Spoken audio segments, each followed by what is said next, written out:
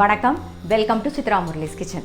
இன்றைக்கி என்ன ரெசிபி பார்க்க போகிறோம் அப்படின்னா, பரங்கிக்காய் போட்டு வெந்தய குழம்பு, அதுக்கப்புறம் வாழைக்காய் பொடி போட்ட கறி, அடப்பிரதமன் பண்ண போகிறேன். ஸோ பாயசம் தான் பண்ண போகிறேன் நான். அதுக்கு இந்த பக்கம் பால் வச்சுருக்கேன், அது காஞ்சின்னு இருக்குது. நம்ம அடையை அதில் சேர்த்துருவோம். இங்கே பாருங்கள், இந்த மாதிரி பால் அடை கடைகளில் கிடைக்கிறது இந்த மாதிரி இருக்கும். ஸோ கடைகளில் இதே மாதிரி கிடைக்கும்.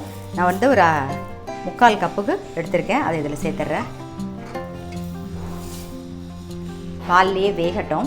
அதுக்குள்ளே இந்த பக்கம் கடாயில் எண்ணெய் விட்டுருக்கேன், அது காயட்டும். அதுக்கு மேலே போடுற வாழைக்காய் கறி தான் பண்ண போகிறோம் ஃபஸ்ட்டு. ஸோ அதுக்கு பொடி ரெடி பண்ணி எடுத்து வச்சுருக்கேன். இது என்னதுன்னா, வரமிளகா, தனியா, கடலைப்பருப்பு, கொஞ்சம் உளுத்தம்பருப்பு, கொஞ்சம் பெருங்காயம், தேங்காய், இது எல்லாத்தையும் வறுத்துட்டு பொடி பண்ணி எடுத்து வச்சுருக்கேன். கோர்ஸாக பொடி பண்ணியிருக்கேன், ரொம்ப நைஸாக இல்லாமல். ஸோ அப்புறம் கொஞ்சம் அரிசி, கொஞ்சம் கிறிஸ்பியாக இருக்கணும் இல்லையா, அதுக்காக கொஞ்சம் அரிசியும் சேர்த்துட்டு எல்லாத்தையும் வறுத்து பொடி பண்ணி ரெடியாக இருக்குது. நம்ம வாழைக்காயை வதக்கிட்டு அது வெந்ததுக்கப்புறம் இதை அப்படியே போட்டு ஒரு பெரட்டிட்டு ஆஃப் பண்ணி எடுத்து வச்சுட்டா டக்குன்னு அதுவும் முடிஞ்சிடும். இப்போ எண்ணெய் காஞ்சிடுத்து. கடுகு,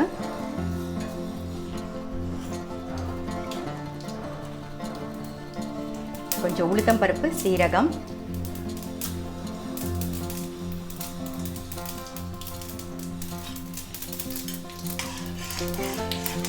கருவேப்பிலை,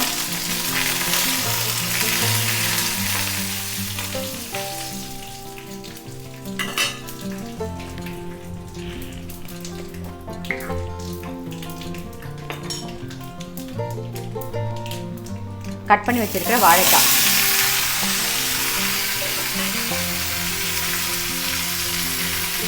மஞ்சள் பொடி, உப்பு,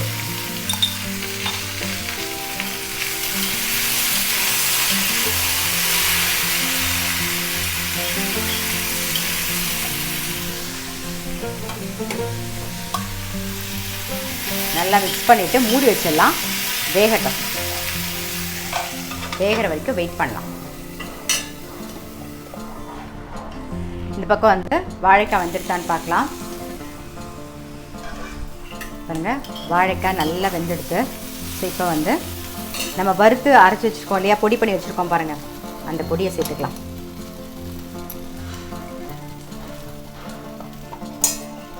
அவ்வளோதான், நல்லா மிக்ஸ் பண்ணிடுவோம்.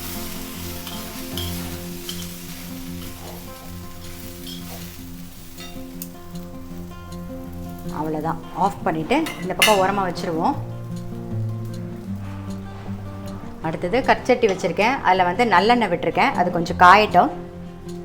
மிச்சம் இருக்கிற பொடி பாருங்கள், நான் கொஞ்சம் கூட தான் அரைச்சேன். மிச்சம் இருக்கிற பொடியை நீங்கள் கத்திரிக்காய், கோவக்காய், இல்லை வெண்டைக்காய், எந்த காய் பண்ணுறீங்களோ அதில் நீங்கள் சேர்த்துக்கலாம். ஸோ இதை எடுத்து அப்படியே ஓரமாக நீங்கள் அதை ஏர்டைட் கண்டெய்னரில் போட்டு ஃப்ரிட்ஜில் வச்சுட்டிங்கன்னா ஒரு 2 நாளைக்கு இருக்கும். அவ்வளோதான். ஏன்னா நம்ம நல்லா வறுக்கிறதுனால ஒரு 2 நாளைக்கு இருக்கும்.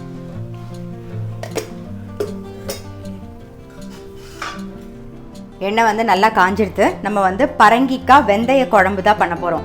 கடுகு ஒரு டீஸ்பூன், அதே ஈக்குவலுக்கு வெந்தயம் கொஞ்சம் கூட போடணும், அதனால் அது 1 டீஸ்பூன் எடுத்திருக்கேன். பெருங்காயம் சரி தாளிச்சிடுவோம்.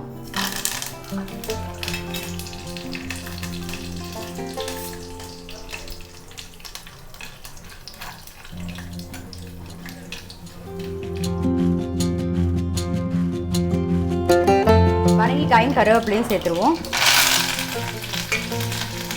மஞ்சள் பொடி 2 வதக்கிக்கலாம். அதுக்கப்புறமா வத்த குழம்பு பொடியை சேர்த்துக்கலாம்.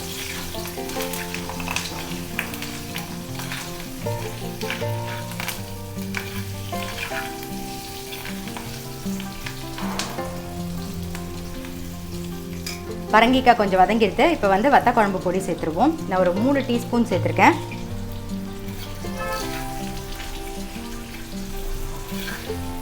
நல்லா மிக்ஸ் பண்ணிப்போம். இப்போ புளி தண்ணி நல்லா ஒரு லெமன் சைஸ்க்கு, கொஞ்சம் பெருசாகவே எடுத்துருக்கேன். லெமன் சைஸ்க்கு புளி கரைச்சி வச்சுருக்கேன், அதை சேர்த்துடலாம்.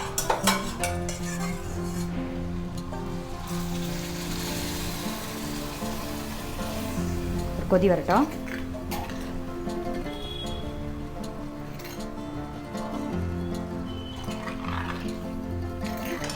இந்த பக்கம் குழம்பு கொதிக்கட்டும். அதுக்குள்ளே இங்கே பாருங்கள், இந்த பக்கம் பாயசத்துக்கு ரெடி ஆகிடுது. அடையும் போட்டிருந்தோமா, நல்லா வெந்துடுது. இப்போ ஏலக்காய் பொடி சேர்த்துருவோம். அப்புறம் சர்க்கரை, சேர்ந்து ஒரு கொதி வரட்டும்.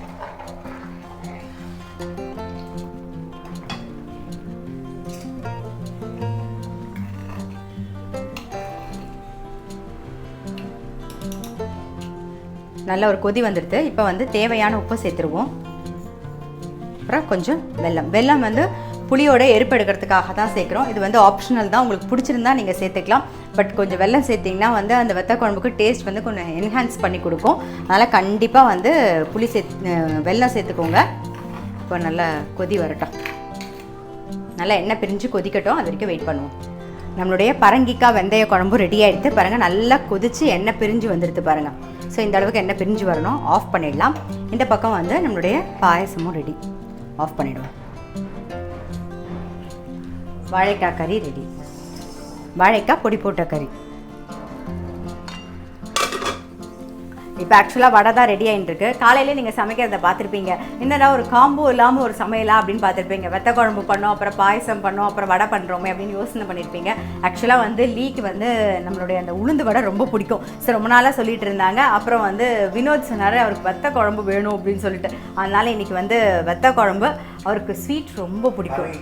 ஆமாம், பரங்கிக்காய் போட்ட வெந்தய குழம்பு அவருக்கு ஸ்வீட் ரொம்ப பிடிக்கும். அதனால அவருக்கு ஸ்பெஷலாக வந்து ஒரு பாயசம் தான். அவர் இன்னும் நல்லா அதாவது கேரளா ஸ்டைலில் பண்ணியிருப்பார். நான் வந்து தமிழ்நாடும் கேரளாவும் மிக்ஸ் பண்ணி ஒரு பாயசம் பண்ணேன். லீக்காக வந்து ஸ்பெஷல் வடை. ஃபஸ்ட்டு டேஸ்ட் பண்ணி பார்க்கலாமா?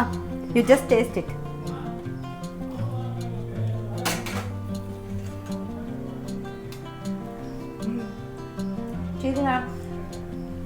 நல்லா இருக்கா? சூப்பர். ரொம்ப சரி, ஒன்றும் கஷ்டப்பட வேணாம். டேஸ்ட்டாக இருக்கா? சூப்பராக இருக்கா? Thank you so much. ஸோ அவங்களுக்காக வந்து லெஸ் ஸ்பைசி, ரொம்ப வந்து ஸ்பைஸியே சாப்பிட மாட்டாங்க. இன்றைக்கி எல்லாமே நீங்கள் பார்த்தீங்கன்னா காலையில் பண்ண அந்த வாழைக்காயில் கூட ரொம்ப ஸ்பைஸியே போடல. அவங்களுக்காக இன்றைக்கி சமையல்.